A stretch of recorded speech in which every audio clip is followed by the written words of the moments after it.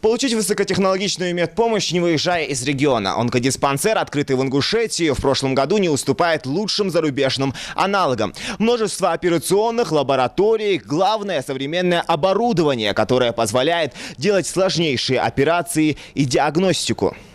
Каждое отделение диспансера оборудовано всей необходимой техникой. Здесь можно проводить как оперативное вмешательство при лечении рака, так и химическую и лучевую терапии. Тамерлан Саутиев попал в эту больницу несколько дней назад. Пациенты на грани жизни и смерти врачи чудом вытащили с того света и доказали, что системное заболевание крови даже на 4-й стадии не приговор.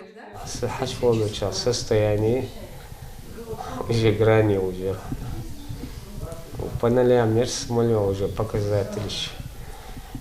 Хахетага.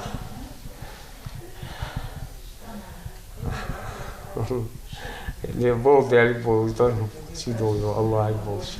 Граница уже, уже показатель, самый критический полностью по всем направлениям.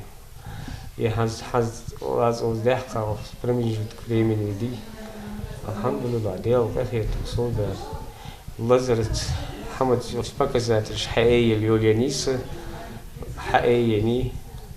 Ханс уже потихоньку нормализоваться, дежлат. Ну что, мы поступили в воскресенье в очень тяжелом состоянии. Нам оказано здесь такое внимание, вот просто я даже не ожидала. Сейчас гораздо лучше. Никаких лекарственных препаратов нам даже покупать не пришлось.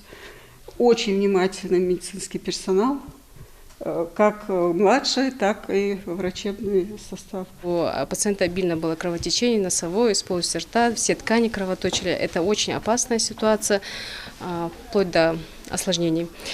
Плюс еще у него была полнейшая панцитопения, просто я поясню, что это когда полнейшее отсутствие всех периферических клеток в организме. То есть нету никакого защитного барьера у человека, за счет чего вот это все клиника основная вылезла. У него это пневмония человека, гипертонический синдром был у Тамерлана.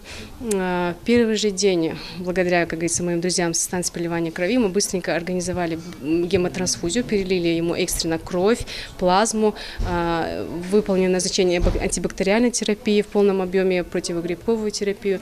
Таких благодарных пациентов тут немало. Эта коварная болезнь продолжает поглощать людей, не щадя ни взрослых, ни стариков и даже детей. При обнаружении рака у многих просто опускаются руки. Так зачем же уступать этой напасти досрочно? Этим вопросом врачи задаются не раз и продолжают бороться вместе с больными. Отделение химиотерапии, сердце учреждения. Здесь проходит лечение около 30 человек. Паллиативная помощь – это очень тяжелые, ослабленные за счет нашего заболевания пациенты. Оборот коек у нас очень высокий. Это говорит о том, что у нас даже на сегодняшний день полнейшая закладка наших этих коек, что говорит об агрессивности и запущенности данного заболевания в нашей республике. Препараты, оснащение, все у нас присутствует в плане того, что наши пациенты приезжают уже с готовыми анализами крови, которые мы лично контролируем через поликлиническое звено и проводим здесь высокодозную химиотерапию. Некоторые пациенты приезжают из-за пределов республики, это Санкт-Петербург, Москва, Ростов, разные регионы, имеют уже консультативное заключение. И по их рекомендациям мы не можем не проводить, мы проводим тоже химиотерапию. Вот, паллиативное отделение, в котором находятся очень тяжелые пациенты, зачастую уходящие пациенты, они нами наблюдаются нередко до самого конца. И нам в этом плане помогает очень сильно реанимационное отделение, которое находится прямо над нами. В этих современных лабораториях, аналога которым нет в республике, любому пациенту поставят точный диагноз, за получением которого не нужно, как раньше, выезжать за пределы. Помимо всего прочего, врачи здесь проводят и тест на BRCA, который помогает определить, имеется ли наследственная предрасположенность к появлению онкологии. Здесь в лаборатории мы выполняем исследования гепатитов, исследования ВИЧ, исследования BRCA и исследования ВПЧ. В данном случае про гепатиты и ВИЧ рассказывать не буду, я расскажу про исследование BRCA по предрасположенности к раку молочной железы и раку яичников. То есть у женщин на сегодняшний день рак молочной железы, он занимает одно из первых мест. Это более Но не скажу, что метод этот новый, но исследование более новейшее именно теми методами, которыми пользуемся мы на сегодняшний день. То есть они позволяют определить, есть у данной пациентки предрасположенность к этой болезни или нет. Алихан Беков проходит очередной курс химиотерапии. Как только узнал, что болезнь начала прогрессировать, первым делом отправился в Москву на обследование, после чего решил сравнить столичную клинику с нашей. Лечение у меня есть с чем сравнить. С Москвой, например, я был. Там тоже лечился я вот по этой же болезни и здесь также. Абсолютно царчил, много царчил. Царью малхаж оз йолже цагдыкяхет бадарялч цагдыкяхет. Но самое главное, что я считаю, и другим, наверное, повезло, с медицинским персоналом бадарялч. Лора, именно сухожо лора хава евлоев хава и санцушханерзик. Чуавдиван, но услдежи чуавдиван.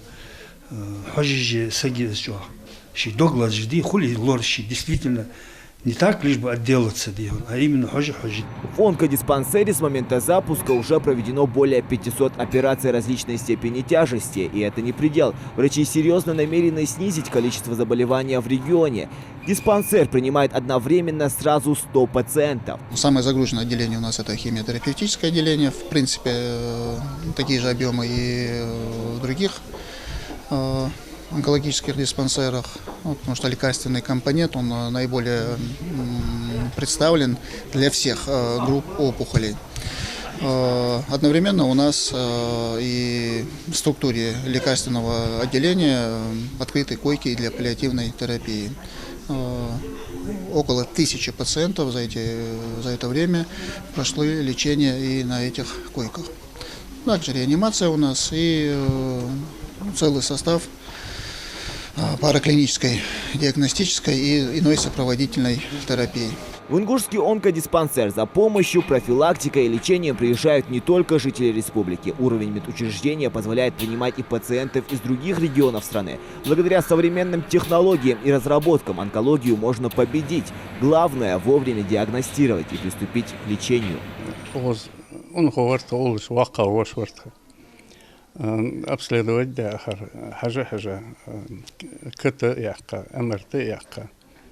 Значит, масол ди процедуры анализа хая, а уже авархарас.